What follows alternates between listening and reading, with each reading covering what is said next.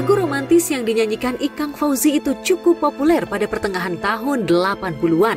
Lagu itu dirilis Ikang pasca dirinya menikahi Marissa Haque pada Juli 1986 silam. Sulitnya meluluhkan hati Marissa dan ayahnya Alin Haque diungkapkan Ikang kepada awak media dan sejumlah sahabat artis. Di sisi lain, Marissa pun membagikan kenangan masa pacarannya dengan Ikang dalam sejumlah podcast. Di tengah perbedaan, Marissa sebagai ikon kecantikan dan kecerdasan pada masanya. Sementara Ikang senang tampil lusuh dengan jeans bolong-bolong, toh hati mereka terpaut.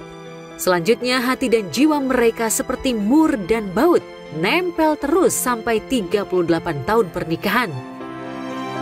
Bagus, setiap kali datang bawa kue, Angie, bawa bunga, termasuk salah satu Duda nih yang lagi top-topnya juga bintang film tuh waktu itu. Waduh. Tapi dia non-is ya waktu itu ya. Tiba-tiba almost at the end of my dream, ada ujuk-ujuk kayak film Satria Bergitar, yang kayak Uma Irama, kan Uma Irama putih ya. Kuda ini sumpah demi Allah nih kayak film. Tapi kudanya tuh kuda Arab, hitam. Terus gue ngeliat ke atas, loh kok ini penyanyi rock yang mobilnya paling jelek nih? Mobilnya hardtop, udah bolak-balik mogok, karatan itu Ikang Fauzi. Nah, itu gimana mempertahankan rumah tangga nih sehingga bertahun-tahun? Pasti kan juga ada naik lah. turun, iyalah pastilah. Ribut lah sering lah namanya suami istri. Kadang-kadang kita suka bikin gara-gara. Tapi ya karena kita udah saling mengenal dan saling berikrar bahwa setiap kali ada masalah nggak lewat daripada suatu hari. Satu malam, jangan lewat dari satu malam. Selama kita masih butuh sama-sama, komitmen kita masih, hidup kita masih happy dengan kita kebersamaan, ya why not?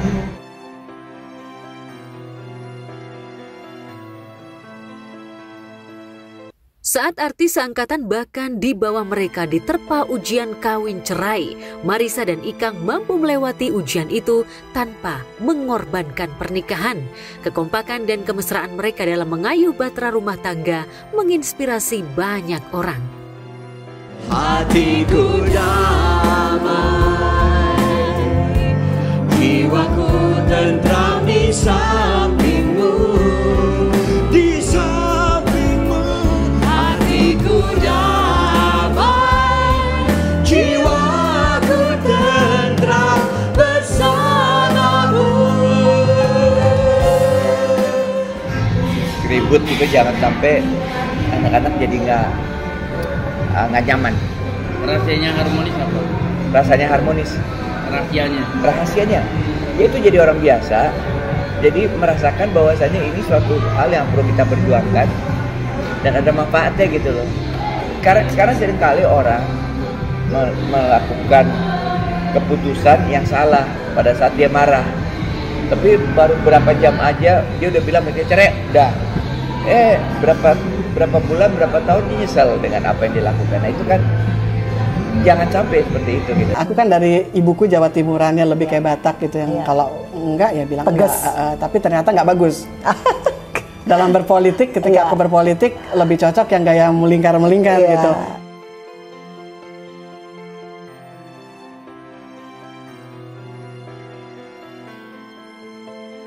Kepada anak didiknya, Marissa selalu menyuarakan peran perempuan di dalam rumah tangga yang tetap harus hormat dan patuh pada suami, meski penghasilan istri jauh lebih besar dari penghasilan kepala keluarga.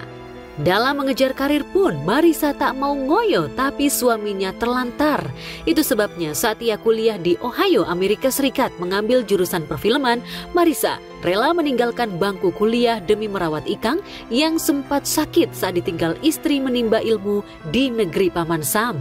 Anies Baswedan yang pernah kuliah bareng di Amerika bersama Marissa mengungkapkan sosok almarhumah yang hobi sekolah dan mengejar gelar, namun tak melupakan suami. Semua bangsa Indonesia merasa kehilangan salah satu anak terbaik yang banyak berkarya di bidang seni kebudayaan dan juga sosial kemasyarakatan. Saya, Ferry, itu ingat sekali Mbak Marissa di rumah beberapa waktu itu ya kita sama-sama di tanah jauh ya. Kalau lagi di tanah jauh di Amerika waktu itu saya sedang kuliah, Mbak Marissa juga sedang kuliah. Jadi kami sekeluarga itu dekat dari masa ketika sama-sama kuliah dulu.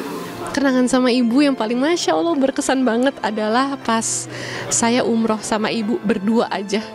Jadi waktu itu saya juga kondisinya lagi nggak selapang itu, tapi saya kepikiran mengusahakan untuk umroh berdua sama ibu, karena ibu sempat kecetus, ibu pengen umroh deh, pengen minta ke Allah nih biar lancar nih semua usaha-usaha untuk menjadi profesor. Kalau barang yang berkesan yang dikasih sama almarhum sebagai kakak? Oh, ada perhiasan, ada juga urusan rumah, urusan panci-panci gitu ya.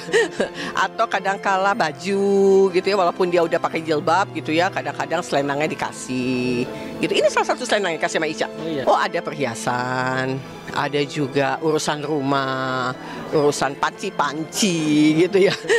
Atau kadang-kala baju gitu ya, walaupun dia udah pakai jilbab gitu ya, kadang-kadang selendangnya dikasih gitu. Ini salah satu selendang yang dikasih sama Ica.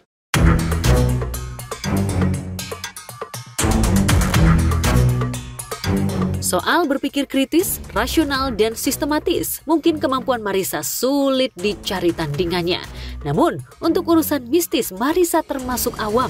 Itu sebabnya saat rumahnya di Pelangi Bintaro diusik oleh makhluk tak kasat mata, Marisa membutuhkan ustadz untuk mengusir pengaruh magis sesuai anjuran Rasulullah. Agustus lalu, Marisa dan Ikang diruqyah oleh Ustadz Muhammad.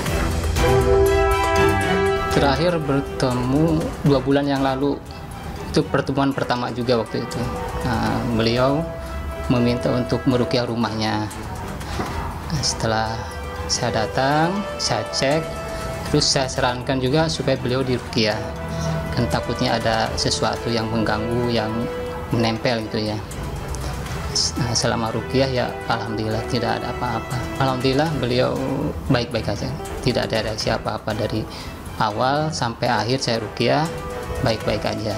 Ya cuman kalau menurut saya cuman gangguan kecil aja, wajar karena setiap tempat jin itu ada. Mungkin ya jin yang lewat bisa jadi, kan tempatnya luas juga ya. Tahu sih, itu kalau misalnya kayak itu kan lebih ke kayak ya penunggu di kompleks ini gitu ya, dan dia katanya suka digangguin gitu, makanya dia diruqyah tuh karena supaya nggak terganggu lagi gitu.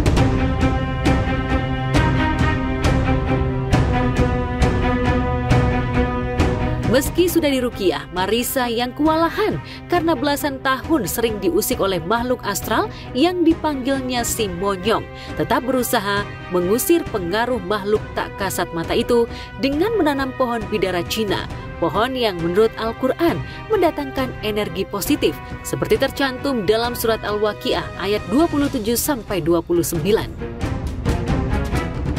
Semua tanaman di sini itu ibu yang urus.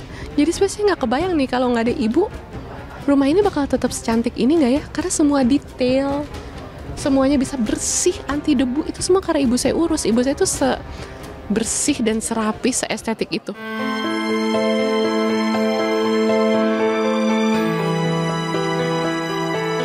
Kini pohon bidara itu masih tumbuh di rumah Marisa Ikang di Komplek Pelangi Bintaro. Itulah pohon terakhir yang ditanam Marisa, yang dirawatnya dengan penuh semangat hingga akhir ajalnya.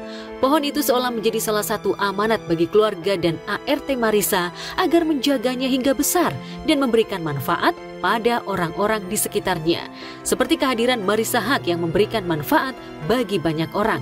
Selama jalan Marisa Haq, semua peninggalan dan perilaku baik dan luhur yang kau semai semasa hidup akan terus dikenang oleh keluarga dan orang-orang yang mengagumimu. Aku tuh kalau misalnya ngobrol sama ibu di meja makan tuh kadang jadi agak, bukan kaku sih, tapi jadi dengerin dia ngomong terus, karena dia kalau setiap kali yang dia omongin tuh ilmu semua gitu. Paling apa ya, kalau pesen tuh ya pastinya ya ibu, ya ini juga yang belum saya bisa kasih ke ibu saya, yang bikin saya sedih ya, karena di luar kesanggupan saya, kan aku sebagai manusia kan cuma bisa ikhtiar. Yang penting adalah tetap semangat nih, ibunya nggak ada. Kan api semangat itu di dalam rumah itu kuncinya di ibu ya. Ibunya sekarang udah nggak ada.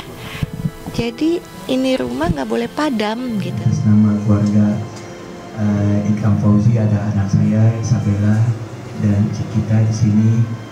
Kami sangat berharap doa yang tulus dari teman-teman yang ada di sini, istri tercinta kami Marisa Grace. الذي جعل لكم من الشجر الأخضر نارا فإذا أنتم منه توقدون. Untuk menunjukkan kalau laki-laki itu cinta banget sama istrinya, lihat Ikang kemarin. Kayak tidak punya soul, tidak punya jiwa begitu ya. Seperti kehilangan, betul kehilangan. Itu tuh kali ya namanya cinta sejati.